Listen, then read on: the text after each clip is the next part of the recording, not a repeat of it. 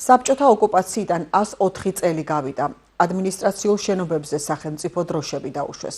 1921 წლის 25 თებერვალს რუსეთის წითელმა არმიამ თბილისი აიღო და საქართველოს საყოველთაო და თავისუფალი არჩევნების გზით არჩეული ხელისუფლება დაამხო, რის შედეგადაც განხორციელდა საქართველოს დემოკრატიული რესპუბლიკის ანექსია. 2010 წელს 25 თებერვალი საქართველოში საბჭოთა ოკუპაციის დღედ გამოცხადდა. განსაკუთრებული დღეა ჩვენს ისტორიაში. კონკრეტულად ყველა მიწით რაც მოხდა, სამწლიანი დამოუკიდებლობა დასრულდა.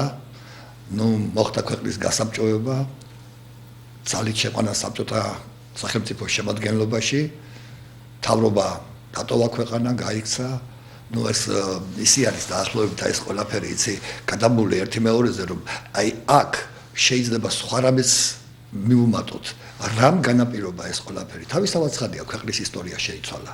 ის გახდა იმპერიის, ამიტომ 60 წლოვანი იმპერიის ნაწილი. მაგრამ აქ ერთი რაღაც არის მნიშვნელოვანი, რომელსაც რატომღაც არ აქცევენ ხოლმე ყურადღებას. გაატარებენ ხოლმე თითქოს. საქართველოს შეეძლო თუ არა დაეცვა თავი და გადაერჩინა თავის დამოუკიდებლობა. აი ამაზე ხო შეიძლება თავისუფლად საუბარი. მე იმაზე ვარ, რომ ეს შეუძლებელი იყო იმ პირობებში, როცა ქვეყანას პრაქტიკულად არ ყავდა აღარც ერთი მოკავშირე. აი ყველაზე მნიშვნელოვანია ის, რომ საქართველოს დამოუკიდებლობის გარანტი 1918 წლის ბოლომდე ეს იყო გერმანია, კერძოდ იმპერატორი ვილჰელმი, ხო?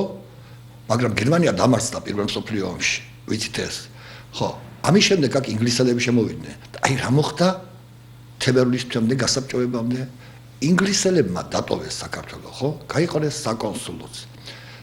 ბრიტანეთის მაშინდელი მთავრობა გაურიგდა საბჭოთა ბოლშევიკურ ხელისუფლებას და სავაჭრო ურთიერთობების ფასად საქართველო დათმობილი იქნა. დანარჩენი პირდაპირი გაგებით ეს იყო უკვე დროის საქმე. ამას საბჭოთა რუსეთი გააკეთებდა, როცა უკვე კარში ვიყავით მოქცეული ყველა მხრიდან. აი ეს მიმაჩნია მე აი განსაკუთრებულ მომენტად, რომელსაც რატომღაც, ხო?